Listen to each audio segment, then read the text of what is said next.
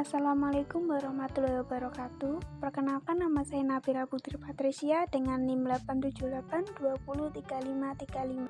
Pada kesempatan kali ini, saya akan menyampaikan materi tentang cuaca, siklus air, dan proses terjadinya hujan. Materi ini disusun untuk memenuhi tugas pengembangan bahan ajar, serta memberikan pemahaman tentang pentingnya air dalam kehidupan sehari-hari. Baik, langsung saja kita mulai pembelajarannya. Cuaca dan siklus air hujan, fenomena alam yang penting bagi kehidupan. Apa yang dimaksud dengan cuaca? Cuaca adalah keadaan udara di suatu tempat tertentu dalam waktu yang singkat dan cepat berubah. Cuaca bisa berubah dalam hitungan jam atau hari, contohnya seperti pagi cerah dan sore turun hujan. Jenis cuaca di Indonesia adalah cerah, panas, berawan, mendung, dan hujan.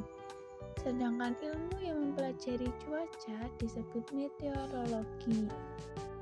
Sedangkan hujan adalah bentuk presipitasi di mana air yang terkondensasi di atmosfer jatuh ke bumi dalam bentuk tetesan.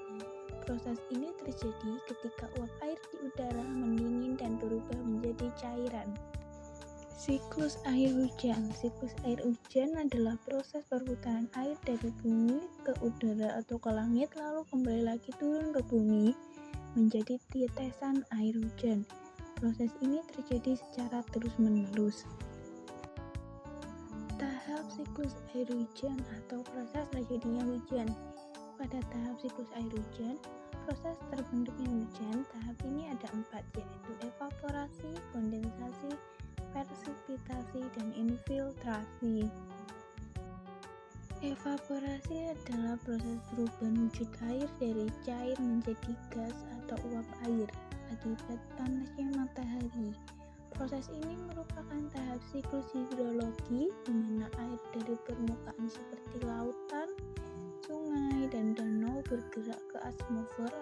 Kondensasi adalah proses perubahan wujud air dari uap menjadi titik-titik air akibat pendinginan di atmosfer. Proses ini bertanggung jawab atas pembentukan awan dan kabut, di mana uap air naik ke atmosfer yang dingin, melepas panas dan mengembun menjadi partikel air.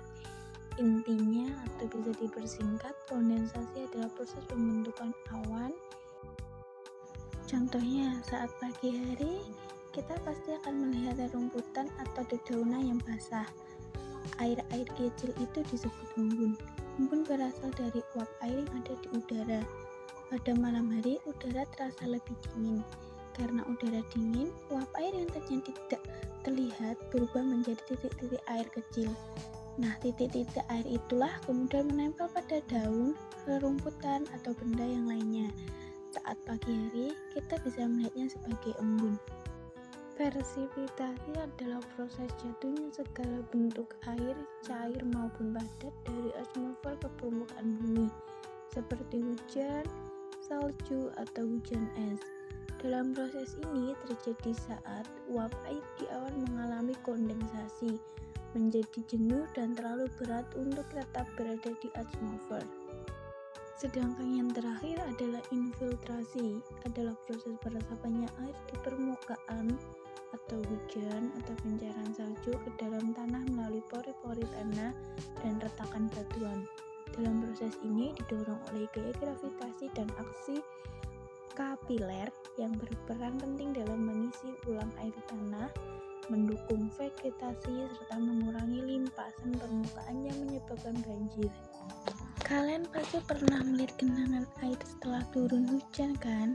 Lalu lama-kelamaan hilang. Nah, air tersebut tidak benar-benar hilang ya. Sebagian air terkena panas matahari lalu menguap ke udara. Proses ini disebut sebagai evaporasi atau penguapan. Selain itu, sebagian air juga meresap masuk ke dalam tanah yang disebut infiltrasi. Jadi, air bisa kembali ke udara dan juga bisa masuk lagi ke dalam tanah sebagai bagian dari siklus air. Peran penting hujan sendiri, hujan sangat penting bagi kehidupan di bumi. Hujan membantu mengisi kembali sumber air tawar seperti seperti sungai dan danau, dan hujan membantu penyuburan tanah. Hujan juga mendukung pertumbuhan tanaman dan menyediakan air bagi hewan dan manusia. Hujan juga berperan penting bagi pertanian. Hujan adalah sumber air utama untuk pertanian. Tanpa cukup hujan, tanaman tidak dapat tumbuh dengan baik.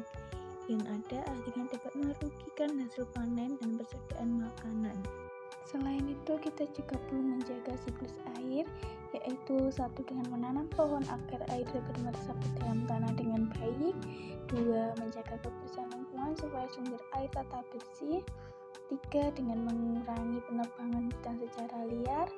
4, menjaga sungai, danau, dan laut agar tidak tercemar.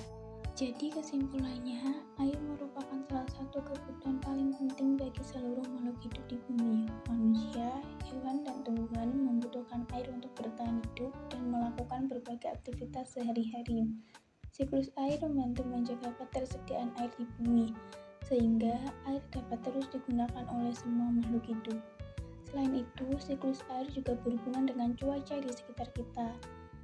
Oleh karena itu, kita harus menjaga siklus air dengan cara menghemat penggunaan air, menjaga kebersihan lingkungan, tidak membuang sampah sembarangan, serta menanam pohon agar lingkungan tetap hijau dan sumber air tetap terjaga. Dengan menjaga siklus air, kita dapat membantu menjaga ketersediaan air bersih dan kelestarian lingkungan untuk kehidupan sekarang dan masa depan.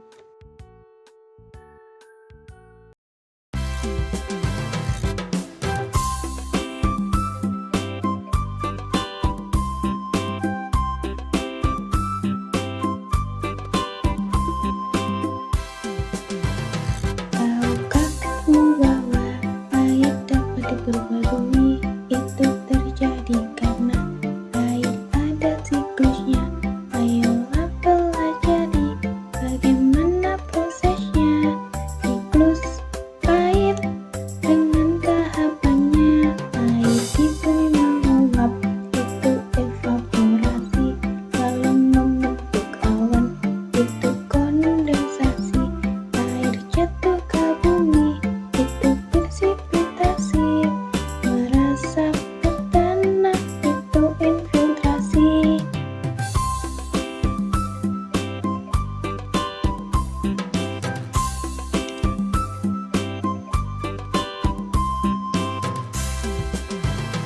Perputaran air yang terjadi terus-menerus dari permukaan bumi hingga